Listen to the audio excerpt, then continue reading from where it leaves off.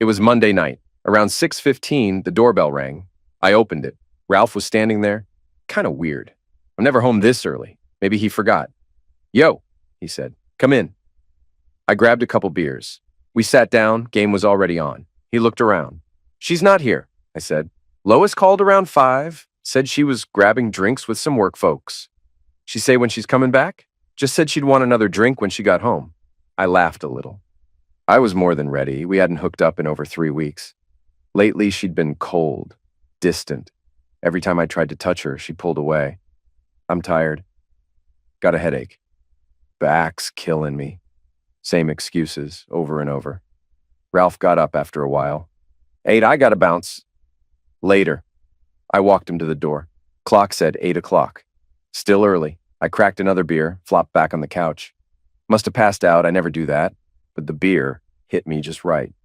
Next thing I know, I wake up, look out the window. The Yukon's by the curb. She was home. Kinda odd she didn't wake me. We could have gone to bed. Maybe finally had a real night.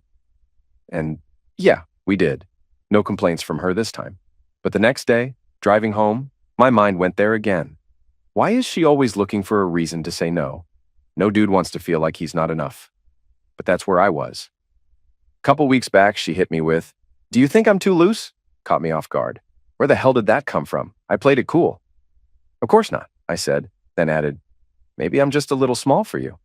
She leaned in, soft voice. You're not small, babe. You're perfect. Nah, she was lying, and not even good at it. You either tell the truth or lie like you mean it.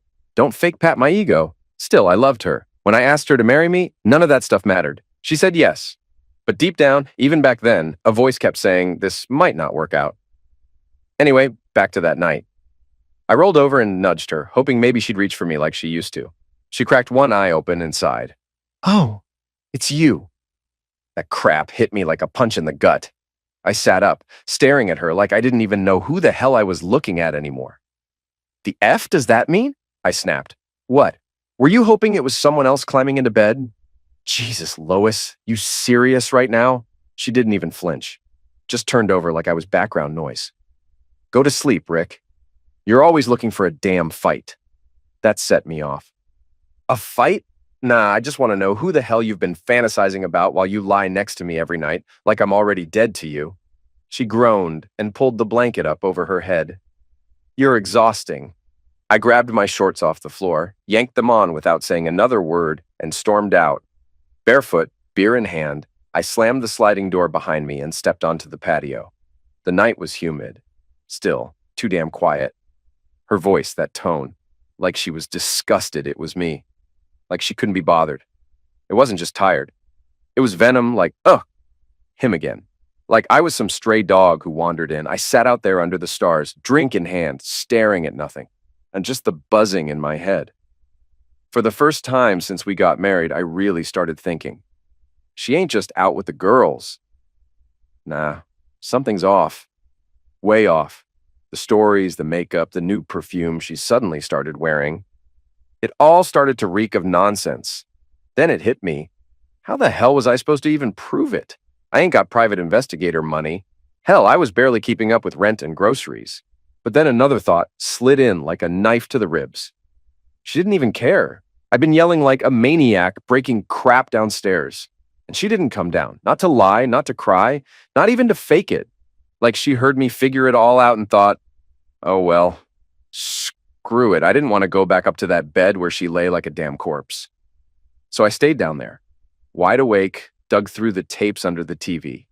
Found one with NCIS scribbled on the label. Thought maybe I'd distract myself for an hour. I popped it in the VCR, hit play, and everything snapped into place. I froze. My mouth went dry. On the screen, clear as day, Lois and my cousin Ralph walked into our bedroom, smirking, hands all over each other. Angle was high from the top shelf in the closet. I could see the whole damn room. This wasn't no one-time thing. Nah, they knew exactly where to stand, what to do, like it was just another Thursday. I paused it, tiptoed upstairs like a ghost. She was out cold, snoring like she didn't have a single worry in the goddamn world. Back down, I hit play again. Then I heard it behind me. Oh, God! I turned around. She was standing in the doorway, pale, shaking. Oh God, oh God, oh God, she started yelling, scrambling for the phone. Pick up, Ralph. Pick the F up. Dave knows. He saw the damn tape. I told you to grab it, you moron. I told you. I walked over, calm as a storm, right before it breaks. She flinched when I snatched the phone out of her hand. Hey, Ralph, I said. Why don't you come get your tape, huh? But bring your vest. You might need it. My voice was ice, controlled, but done. You better stay the hell away from me, cousin, I added. I'll be at every family BBQ, every birthday, every goddamn funeral. And when I see you, it's on sight. One of us ain't walking away. I slammed the phone so hard it cracked. Turned to Lois. Congratulations. You and that rat fool just saved me a couple grand.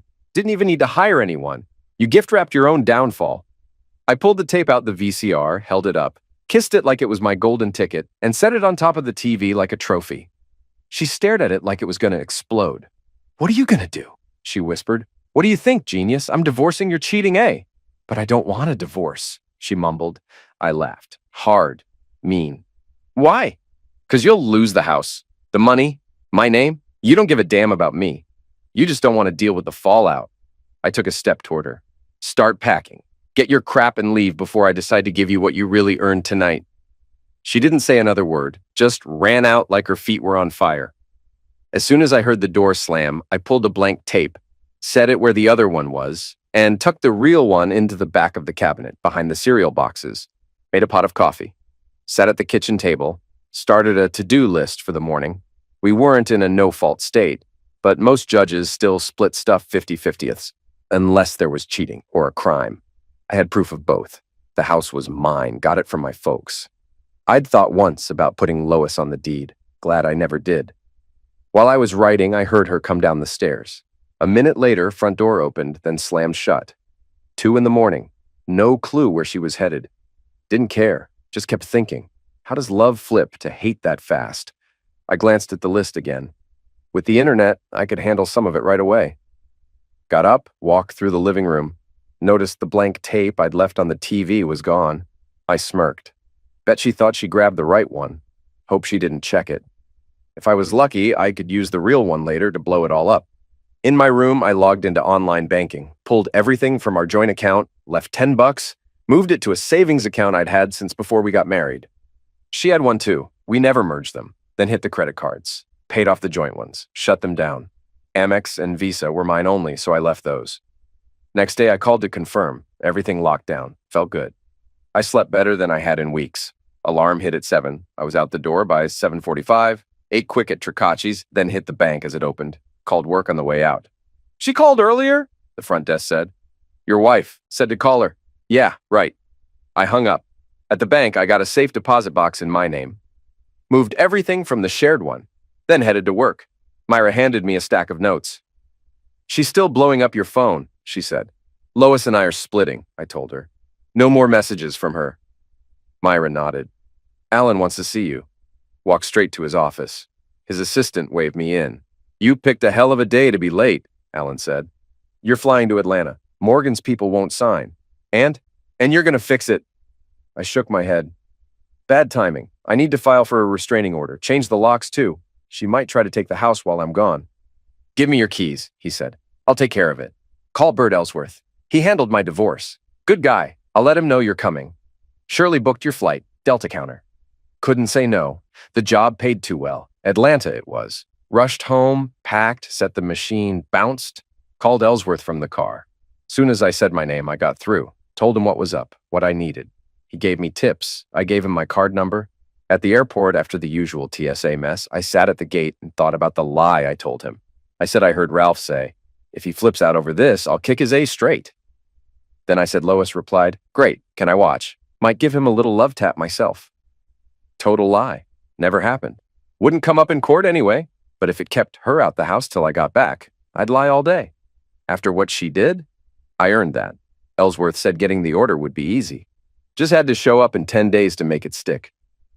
Atlanta went smooth. Within an hour, contract was signed. Alan called. Locks are changed, he said. My son-in-law's a cop. He'll keep an eye on your place. I saw the 2 more clients while I was there. Before flying out, I noticed my phone was still off from the meetings. Turned it on. 6 missed calls, 3 voicemails. One was from Ellsworth. The rest, Lois, deleted hers without listening. Same crap every time. Call me, we need to talk. Things are getting out of hand. Ellsworth's message said he got the order. Lois would get served at work in the morning. I made a note to thank Alan for that lawyer. I pulled into the driveway just after midnight. As I got out, a guy stepped from another car. "Sheriff's deputy," he said, flashing his badge. "You must be Alan's brother-in-law," I said, showing my license. "Thanks for watching the house." "All the locks use the same key now," he said, handing over a key ring. "Your wife showed up at 4:30, then again at 9, got loud, threatened to call the cops. She was surprised when I showed her my badge and told her the cops were already here," he added. Inside, I saw the answering machine blinking. I shut off the phone and went to bed. In the morning, I cleaned up, dressed, and finally hit play. All the messages were from Lois. "Call me before you do something stupid," she said. Too late. At the office, Myra looked up. "She called again," she said. "What did you tell her?" I asked. "That I've been told not to take calls or messages from her," she said. "She hasn't called since." I leaned down and kissed her forehead. "I don't know what I'd do without you," I said. "I bet you say that to all the girls," she laughed. I walked into Alan's office. "Morgan, deal's done," I said. "And thanks for the locks and the lawyer. What's next for you?" he asked. "Move on. Try to find someone who'll put up with me," I said. "You'll be all right. First months are rough, gets better," he said. Back in my office, I called Ellsworth at 9. "We'll file by 10, he said. "Want her served before lunch?" "Do it at 10. No need to wait," I said. Later, Lois came by and asked me to lunch. "I could use a break," I said, and we went to Tricacci's. After we ordered, Myra walked over. "How's it going?" she asked. "Fine. Why?" I asked. "My brother and sister went through divorce," she said. "I know it's rough. Helps to talk to someone not involved." "You applying for that role?" I smirked. "Someone's got to cheer you up. Why not me?" she said. "Cheer me up?" I asked. "Yeah, you could use it," she said. She pulled out a folded sheet and handed it to me. "Today's cheer up," she said. I opened it. List of names. "What's this?" I asked. "Girls who'd be into you now that you're free," she said. I scanned it. "Liz Fisher? The redhead in accounting? Thought she was engaged," I said. "She was." "Caught the guy cheating. Dumped him," Myra said. "You think she's into me?" I asked. "I know she is. Told me she'd grab you the second you were single," she said. 7 names. A couple caught my eye. "They're all actually into me?" I asked. "They've said stuff. Some more than once," she said. I grinned. "Funny, your name's not on here," I said. "I thought about it," she said. "But with everything going on, I decided not to." "Why? Other than the obvious, I'm still married?" I asked. "Exactly. You're not even divorced yet. And your wife cheated. Last thing you need is more mess," she said. "You gamble. I thought you and Harold were good," I said. "We were, until I found out he was sleeping with his secretary. I didn't leave. I just returned the favor," she said. "You're wrong about one thing," I said. "You being married wouldn't have stopped me. You should have put your name on that list. You're perfect for me right now." "You're joking," she said. "Nope, I like 3 of the names. But you've got something they don't," I said. "What's that?" she asked. "You're married. They're not," I said. "You're gonna have to explain that one," she said. "Right now, I don't want to catch feelings. With those 3, it'd be too easy. But you're in revenge mode, no strings. Just 2 people blowing off steam," I said. "You serious?" she asked. "Dead serious. I'm not the kind of guy who chases married women, but if a married woman shows up and says she's free, in that moment," I said. "What about a long lunch?" she said with a grin. "I'd be down," I said. "We got time today?" she asked. "Not today. Got a 2 p.m. with the Hayes people, but I'm clear tomorrow," I said. "It's a date," she said. Was it wrong to meet another woman while still married? Maybe. But Lois cheated first. Ellsworth said she'd been served while I was eating lunch with Myra. Now we were legally split, and that meant I could do what I wanted. 2:45 a.m. My phone lit up. Lois. Figures. She must have gotten served. I picked up. "What?" I said flatly. No hello, no tone. Just ice. "Why the hell can't I get in the house?" Lois snapped. "What the hell is this divorce nonsense? Why aren't my credit cards working? And a restraining order? Are you out of your goddamn mind?"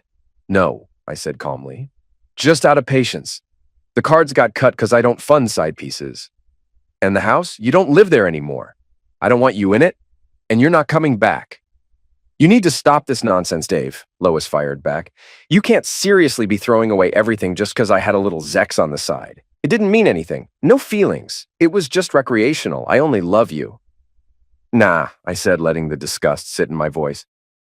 See, to me, you're just a hooker who got caught. And that's why I filed for infidelity. This ain't just sex. It's betrayal, and I'm done.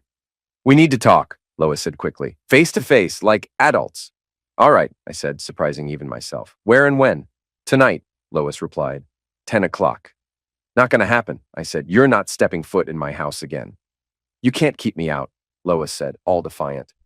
I can and I did, I told her. You're not on the title. The place is mine. My parents left it to me, not us. You can come get your crap after my lawyer arranges it. With someone there to watch your hands. You're not taking crap that ain't yours.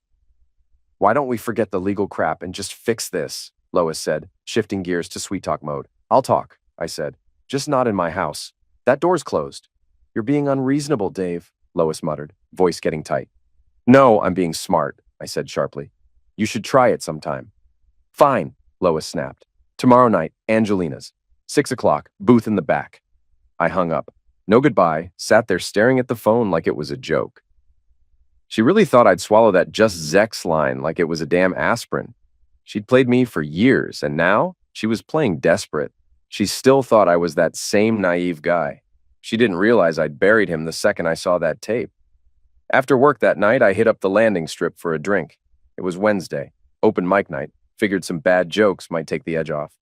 I grabbed a seat at the bar. Karen walked over, smiling. The usual, Dave? She asked. I don't know, sweetheart. I usually order a PBR and a date with you. So far, just getting the beer. Told you I've got a guy and I'm keeping him. PBR it is then. A woman got on stage, grabbed the mic. A survey guy tells Will, bad news, your farm's not in Minnesota. It's actually in Wisconsin. Will sighs and goes, thank God. I was just telling my wife I can't do another damn Minnesota winter. A few laughs. She kept going. NYC schools say only 26% of kids passed the English test. But hey, they're too bad at math to know how bad that is. I smiled. Not great, but not awful. Then she hit the punchline. A pastor knocks on a door. No answer. He leaves a card. Revelation 3:20. Sunday comes, he finds his card returned with Genesis 3:10. She pulled a tiny Bible out of her purse and read, Rev 3:20. I stand at the door and knock. Gen 3:10. I was afraid because I was without clothes. That one got me. I laughed for real. 2 more comics came up, both pretty decent. I left feeling better than I had in days. Maybe there's truth in it. Laughter really does help. Next day, I barely sat down at my desk when Myra said, lunch date, remember? Morning flew by. At 11:30, we dipped out. On the way to the Marriott, I asked, you sure you want lunch first? She laughed. Hard to perform on a full stomach. At the desk, I signed us in as Mr. and Mrs. Ralph Tomlinson. Felt right. Lois always liked that name a little too much. Once we got inside, we didn't waste time. Clothes off, straight to bed, no talk, no pause, just heat. The rest of the day blurred by. 6 p.m., I was already at Angelina's, parked in the back booth, far away from the music and fake smiles. Dark corner, quiet, perfect place for a crap conversation. I ordered my usual, lager, no food. I wasn't staying long. 5 minutes later, Lois strutted in, like nothing was broken. She still looked good. Perfect makeup, killer dress, same old show. But none of it hit the same. That spell was broken. The waitress came over. What can I get you to drink, ma'am? The waitress asked. Cosmo, Lois snapped, like the whole night was already beneath her.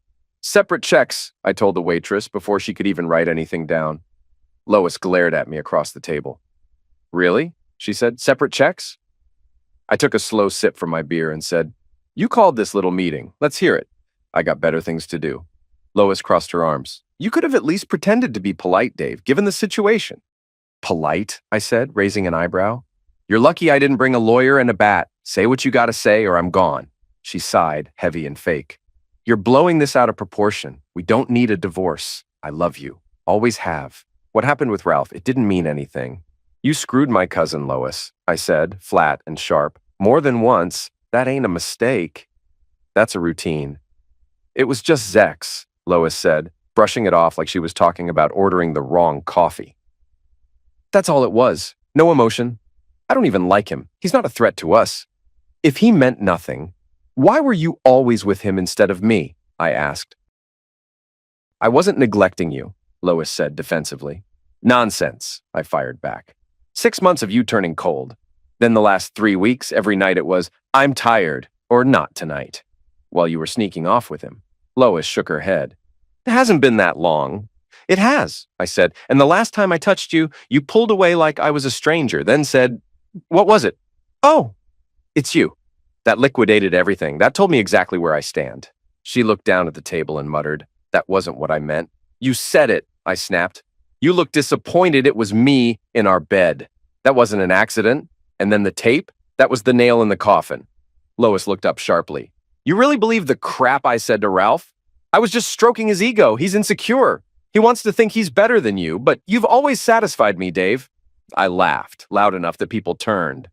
Then why cheat at all? I asked, voice like glass. It's only Ralph, not a bunch of guys, Lois said, like that made it better. One guy's still one too many, I growled.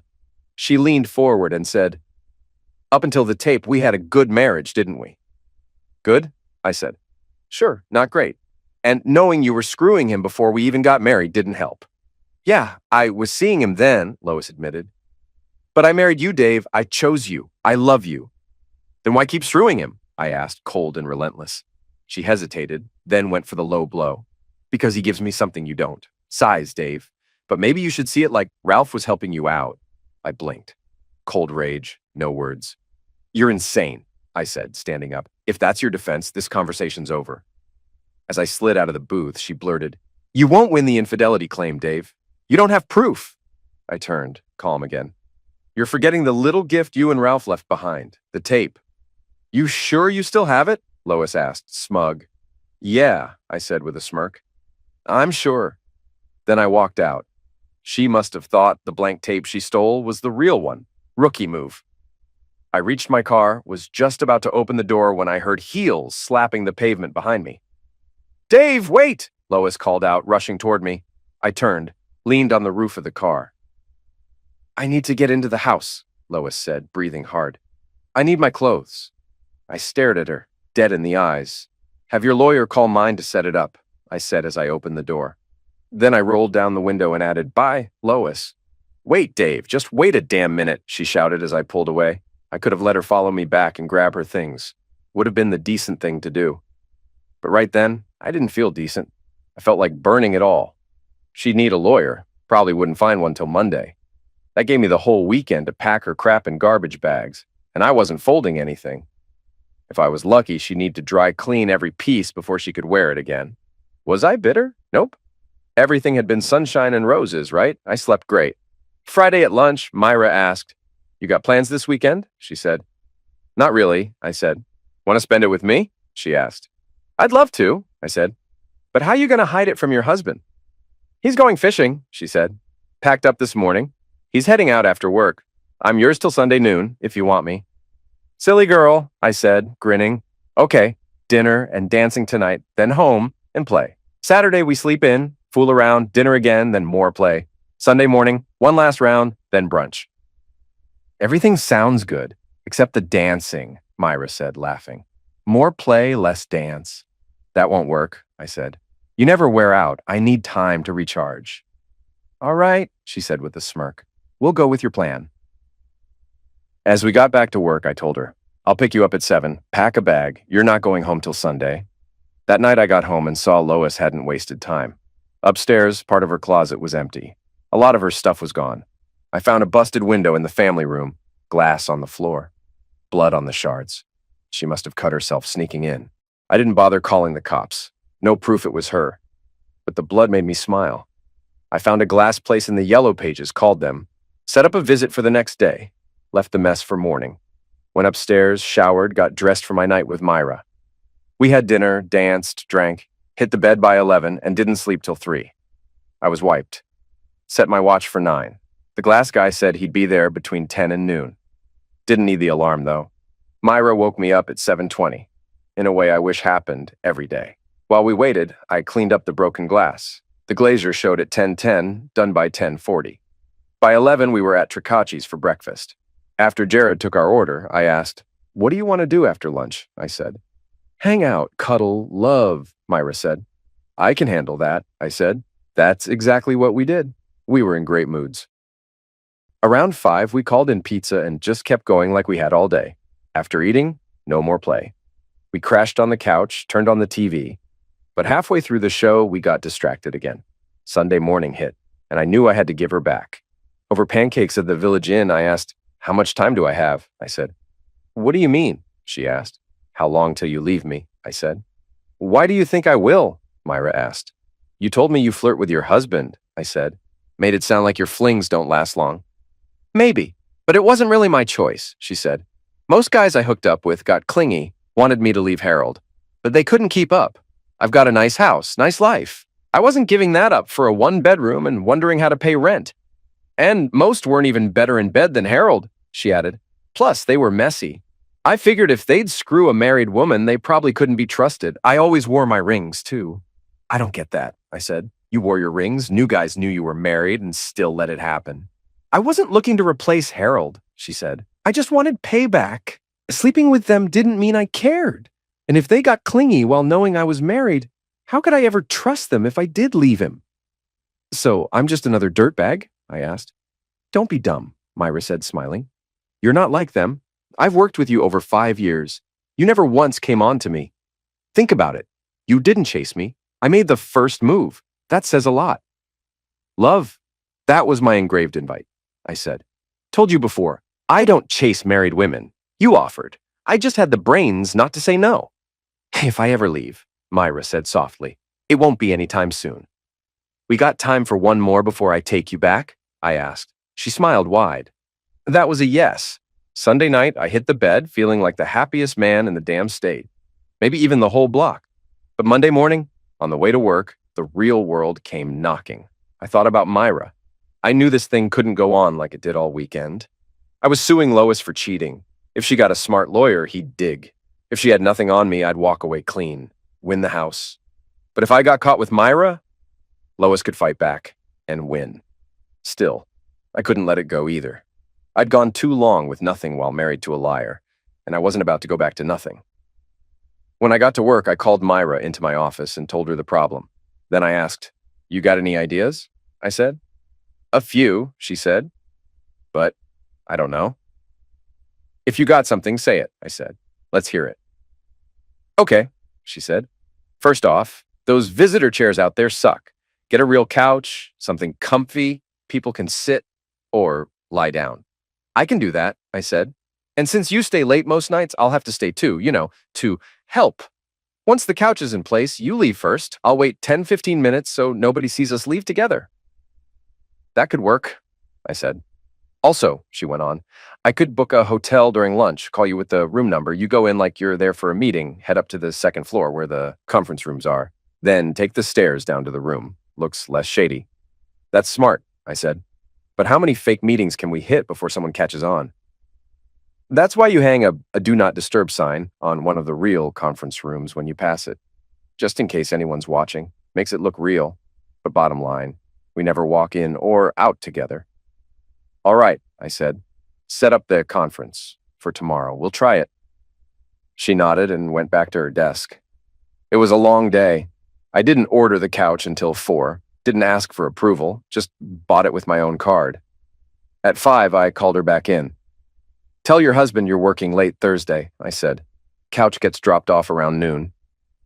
"How'd you get a Hearn in accounting to move that fast?" she asked. "Didn't," I said. "I paid for it myself." She looked around, made sure no one was near, leaned in and kissed me. "Was hoping I wouldn't have to wait till Thursday," she whispered. "You already forgot about tomorrow's meeting with the Ajax guys?" I asked. "Crap," she said. "Totally slipped my mind." I was riding high the whole way home, windows down, music up, feeling free for the first time in years. Then I hit the driveway and there she was, Lois, parked dead center like she owned the block, right in front of the garage, blocking the whole damn thing.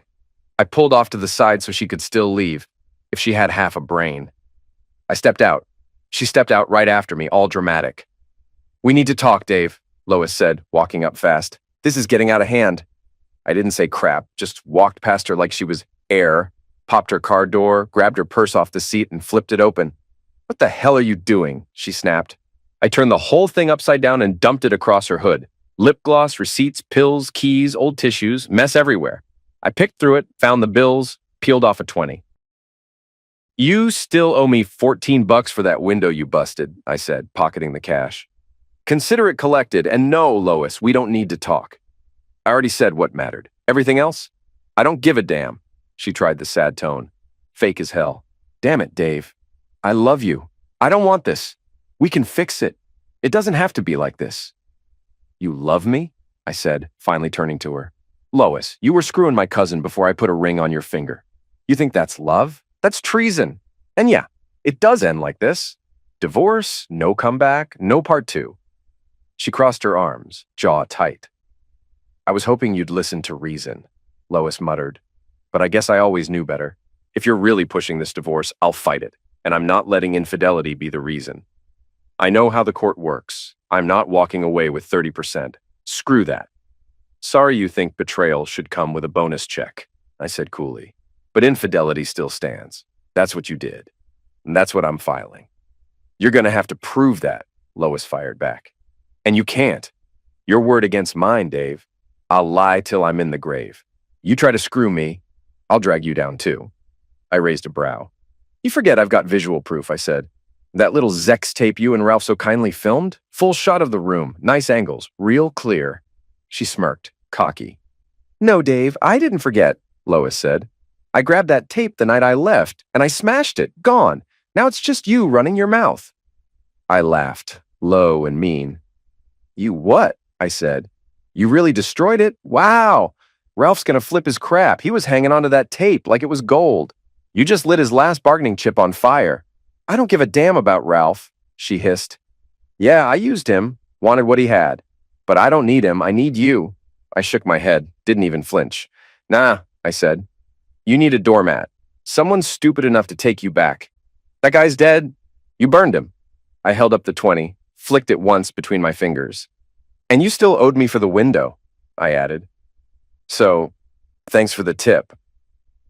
I turned and walked away, not even giving her the last word. But she didn't quit. She kept pounding the door and ringing the bell for 10 minutes straight before storming off to her car. I watched her go, grinning. She hadn't checked the tape she took. She wrecked a blank. The real one, still safe. I wanted her to hire a lawyer, run up the bill, blow thousands thinking she had me beat, just to find out too late I still had the proof. That night, I slept like a baby. The Ajax call on Tuesday went smooth. I was still in a good mood when I got home. Wednesday was solid too. Myra asked for a quick one on my desk before we left. After making sure the place was empty, I said, all right, but fast. As we were getting dressed, I said, don't forget, you're staying late tomorrow. That night, I stopped by the Landing Strip Lounge. Forgot it was open mic night. Place was packed.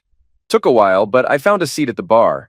Got there just in time to hear Bobby Denton hand the mic to some trailer mechanic from Franktown. Guy said he had degrees in electrical and mechanical engineering.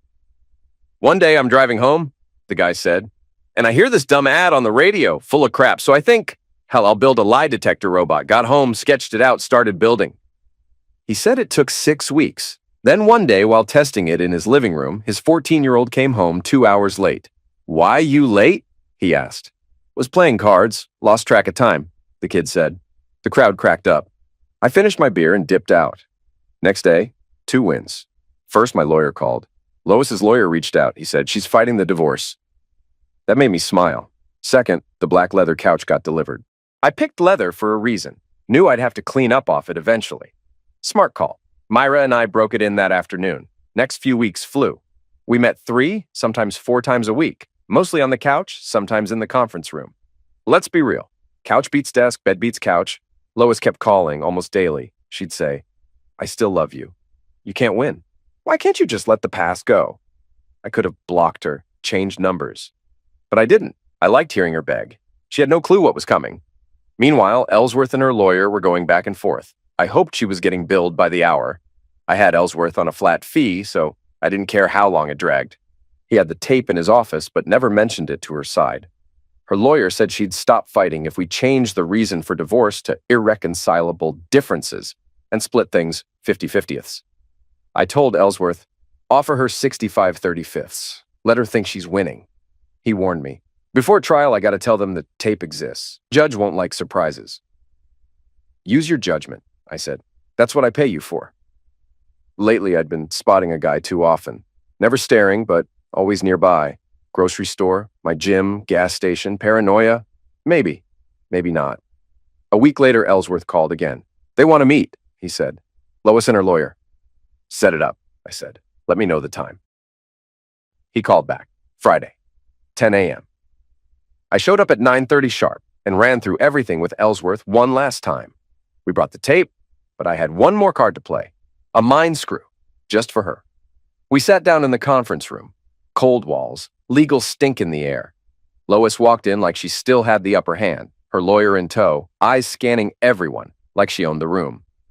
I haven't committed infidelity, Lois said, first thing out of her mouth, arms folded, face like stone. Dave's just being dramatic. Bitter, this is all nonsense. I leaned forward, calm, smug. You keep forgetting about the tape, Lois, I said.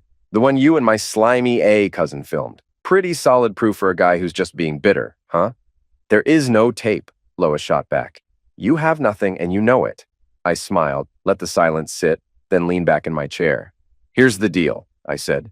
Sign the papers right now. I'll do 60/40ths. That's me being generous. You've got 2 minutes. After that, we let a judge dig through your mess.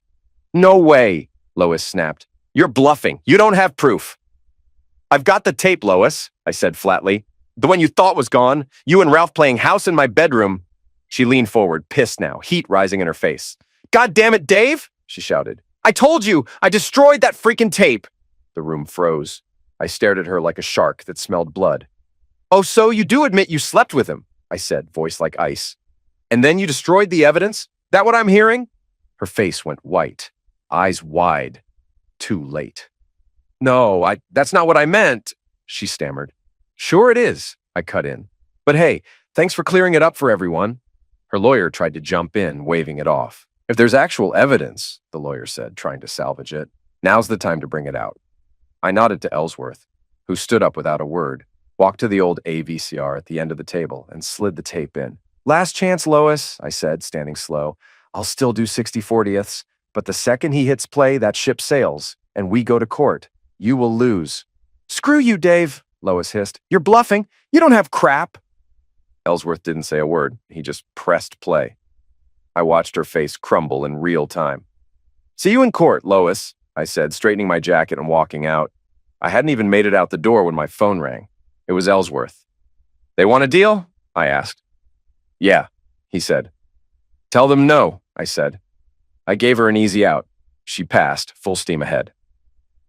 After that, Lois called more than ever. I yanked the landline. Myra knew not to pass on any messages. That left my cell, and I kept that open on purpose, just to mess with her. Watching those missed calls pile up gave me a good laugh. Meanwhile, Myra was keeping me more than busy, not that I was mad about it. 3 days later, she walked into my office and said, "We've got a problem. A big one." "Oh, hell," I said. "Did Harold find out?" "Worse," she said. "He's flying to Ohio for a week. His parents' estate stuff." I blinked. "And that's bad how?" I asked. "Sounds like the perfect setup." "How do we spend a week together without raising red flags?" she said. I thought for a second. "Easy," I said. "You leave work 30 minutes before me, park a block from my house, keep the blinds closed. I show up after we play. Next morning, I leave like normal. If someone's tailing me, they'll follow me out. You wait 10, 15 minutes, then leave. We do that every day." "And the weekend?" she asked. "Same plan, but better. Friday night, we lock the door and don't come out till Sunday." She smirked. 2.5 days with me? You sure you can handle it?" she said. "I'm more worried I won't survive it," I said. "Only one way to find out," she said. So we did it. And yeah, I survived. Barely. After she left Sunday, I felt off. Watching her walk back into her regular life messed with me. She wasn't just a fling. I liked being around her. We clicked in a way Lois and I never did. Still, I knew myself. Once the divorce was done, I'd want someone real again. I liked having someone next to me, waking up beside them. I could picture that with Myra, but she never said if she'd ever leave Harold. She seemed fine staying with him, just getting her payback in secret. I thought back to that list she gave me when all this started. There were 3 other names on it. None of them were wife material. 2 were smokers. I couldn't do that. Grew up with both parents smoking 2 packs a day. House stank like old ashtrays. I swore I'd never live in that again. Only non-smoker on the list was Liz from accounting. Prettiest one by far, but too young. I couldn't see it working long-term. One time I stopped by her desk to fix an expense report. She had rap music blasting. That liquidated it for me. Maybe she'd be fun short-term, but that's it. I thought about that all the way into work Monday. Once I got in, I was slammed. Couldn't think about any of it. Didn't even have time to take lunch with Myra when she popped her head in and asked. Later, just before I left, Ellsworth called. "Lois wants to settle," he said. "I know you want leverage, but I'd suggest a 60-40th split. Usually, infidelity gives the cheated spouse more. But 2 of the 7 judges in our district are women, and they often rule 50-50ths. We might pull one of them. Just saying, it's a risk." I thought for half a minute. "Offer her 65-35ths, I said. "See if she bites." Later, when things slowed down, Myra came in and said, "Didn't get my long lunch. Can I at least get a little couch time?" She got it. Next morning, Ellsworth called again. "She took the deal," he said. "She's coming in Wednesday at 5 to sign. She also asked to meet with you real quick." I didn't see the point. Maybe she just wanted one last dig. Maybe she thought she could shake me. Either way, the faster I finished this, the sooner I could stop sneaking around with Myra. "Tell her I'll be there at 2, I said. "She'll get her little meeting." We walked into the conference room. No greetings, no small talk, just tension thick enough to slice with a knife. I sat down, arms crossed, said nothing. Just stared straight through her like she wasn't even there. She stood there for a second like she was waiting on me to break the silence. When I didn't, she finally sat across from me and let out this fake deep breath like she was the one hurting. "I don't want this, Dave," Lois said, voice all soft and cracked like she was trying to sell me something. "I know you don't believe me, but I love you. Maybe we can still fix it. Maybe we stay together." I leaned back in my chair, gave her a long stare. "Nah," I said. "That ship sank a long time ago, Lois. Look, if this was just a quick dumb fling, some drunken mistake years into the marriage with a guy you used to know, maybe I could have swallowed that. But this?" I leaned forward, elbows on the table. "You had a whole A relationship. Before we were even married, you stood up in front of God, my family, your family, and straight lied to my face. Nah, that's not something I come back from." She looked down, voice barely a whisper. "I don't even love Ralph. I barely like the guy," she said. "But I do love you," I scoffed. "Then explain this to me," I said, real slow. "You gave him your body over and over. Meanwhile, the man you claimed to love went months without a single damn touch. No hugs? No Zex? Just cold shoulders and nonsense excuses?" I shook my head. "That ain't love, Lois. That's straight up cruelty." She blinked fast, tears starting to build, but I wasn't buying it. "That's it?" she asked, voice cracking. "That's all you've got to say? You're just done?" "Yeah," I said. "I'm done. I can't trust you. And without trust, there's nothing left. I'd rather be alone than live next to someone I got a side eye every time she checks her phone." I stood up, ready to walk out, but I paused at the door, turned back, looked her dead in the eyes. "You're a pretty woman, Lois. That's the sad part. You'll probably land some other sucker, but I hope he breaks your heart. I hope he lies to your face, sleeps around, and makes you feel like you're nothing, just like you did to me." I left the meeting and drove to the landing strip. Sat at the bar. Karen dropped a cold PBR in front of me. "Well, well," she said. "Where you been hiding, handsome?" "Getting divorced," I said. "Wasn't really in the mood to hang out. Needed a beer." "Divorce?" she said with a grin. "So I can finally make my move. I've been flirting with you for years. You always said you had this great girlfriend." "Yeah," I said. "Thought I did. Turned out he wasn't who I thought he was." I waved for the tab. Karen took my cash, came back with the change, still smiling. "When it's final," she said, "don't forget about me." "I won't," I said. "Take care, Dave," she said. I walked out feeling better than I had in weeks. Karen was into me. Who knew? Once Lois signed the papers, that was it. Judge still had to stamp it, but to me, it meant freedom, no more hiding. Myra and I were done sneaking around. At 10 the next day, Myra came into my office. "We doing a long lunch today?" she asked. "Sure," I said. "I'll leave around 11:20 and grab a room." She shook her head. "Won't need to," she said. "Lois signed yesterday. We're in the clear." We left at 11:30, headed to the Marriott. As soon as we shut the door to room 403, we hit the bed. Later, while we got dressed, she asked, "So, what now?" "What do you mean?" I asked. "I mean, now that you're free," she said, caught me off guard. "As long as you want me, I'm here," I said. "But yeah, I'll want a wife again someday. I liked being married." "What would you want in a wife?" she asked. "Pretty. Loves me. Tough enough to handle me. Knows how to cook," I said. "I can cook," she said, watching me. I paused, then smiled. "If you want the job, I'll move your name to the top of the list," I said. "Only catch, I don't do bigamy." She blinked, then it clicked. Her face lit up. "Don't worry," she said. "He doesn't know it yet, but Harold's done." I must have looked uneasy because she asked, "What's wrong, kid?" "We just stopped hiding from Lois," I said. "Now we've got to hide from Harold while you get divorced."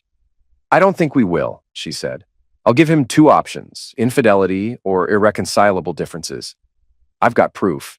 If I threaten to go public, he'll fold. He's chasing VP at work and half his board's hardcore Christian. One scandal and he's toast," she grinned. "Might mean a week or two in a motel," she said, "but we've done that before." She didn't waste time. Called Ellsworth, set up a Friday meeting, told him to draft two divorce versions, one for cheating, one for a clean break. Saturday at 11:45, right before the bank closed, she hit the safe box, took half the checking, all her savings, and 4 of 6 CDs.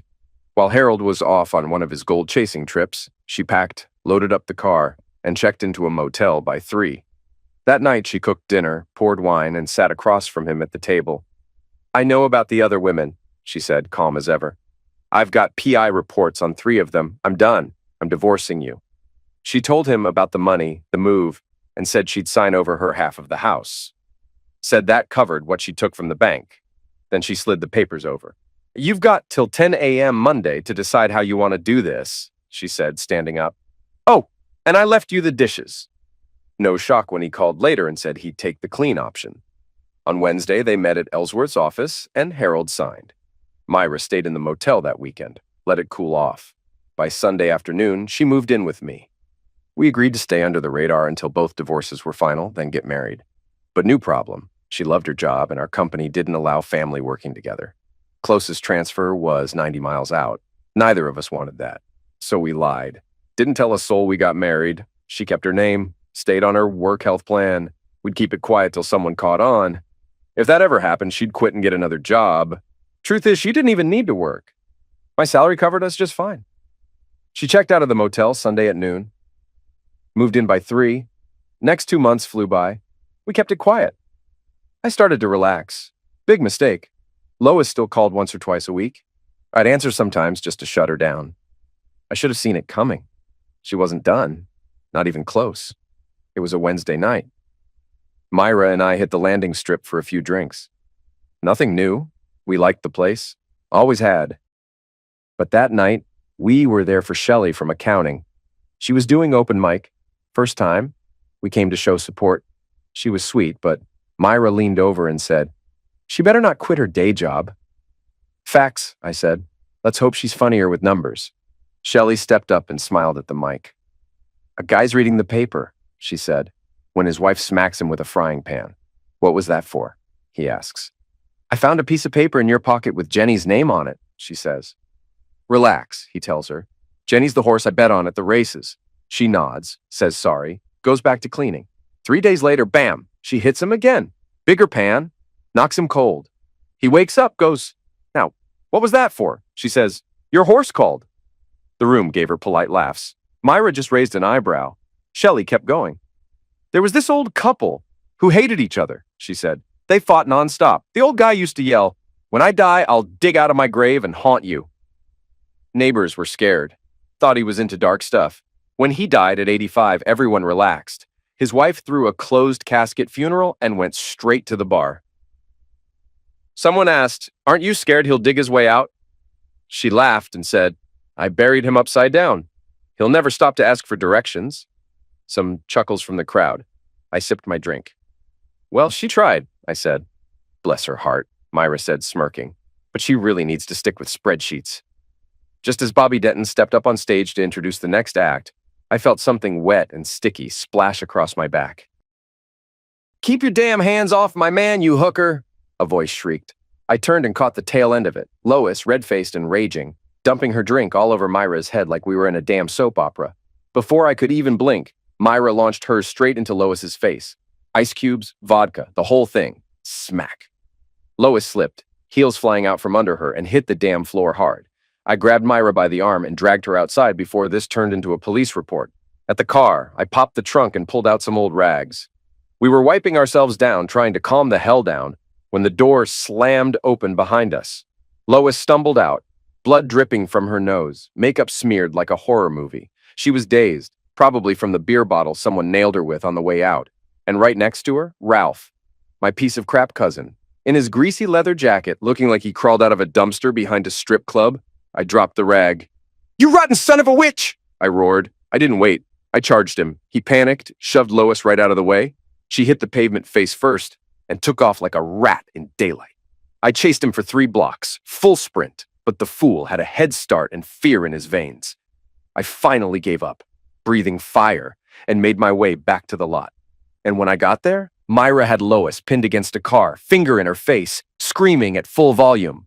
"Get it through your thick skull, you stupid cow!" Myra yelled. "I didn't steal him, you threw him away, and I was just smart enough to pick him up." I walked up, still catching my breath. Myra turned to me, brushing her hair back like nothing happened. "Let's go," she said. "I gotta talk to Joe before we bounce." Inside the club, I found Joe Lambert, the owner. He was behind the bar, grinning like this was just another Friday night. "Any damage I gotta pay for?" I asked. Joe chuckled. "Nah, man. Just some spilled drinks and a bruised ego. Crowd ate it up. Just save the drama for intermission next time." When I came back outside, Lois was standing by the entrance like some ghost of her former self. Face smeared, dress soaked, blood crusted on her upper lip. Myra was already in the car. Lois stepped forward, eyes wide, voice cracking. "Please, Dave," she said. "Don't go through with the divorce. I'm losing it. I love you. I swear I do. We can fix this. Just give me a shot." I stared at her like she was a joke. "You've got to be the dumbest woman I've ever met," I said. "You're crying about how much you love me. And the same prick who ruined our marriage is your +1 tonight? Are you that blind or just that shameless?" She didn't say a word, just stood there, blinking like she couldn't process how far she'd fallen. I shook my head, stepped around her. "Let it go, Lois," I said coldly. "The only thing I feel for you now is hate and disgust, and maybe a little secondhand embarrassment." I slid into the car, slammed the door shut, and peeled off into the night. Both divorces went through not long after. I popped the question to Myra. "Marry me?" I asked. She smiled and said, "Ask me again in a year, baby. Let's see if we're really meant for this." So I waited. A year later, I asked again. She said yes. No big wedding. We'd both done that before. Just a quick civil thing with a justice of the peace. Lois? She married Ralph. Didn't last 2 years. Turned out Ralph couldn't keep it in his pants. He was sleeping around. One of those hookups gave him an STD. He passed it to Lois. Cheating on me? That was fine in her book. Getting cheated on herself? Whole different story. She lost it.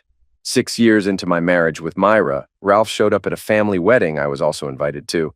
That day I kept a promise I'd made a long time ago. Let's just say I won't be getting invited to any more family events for a while.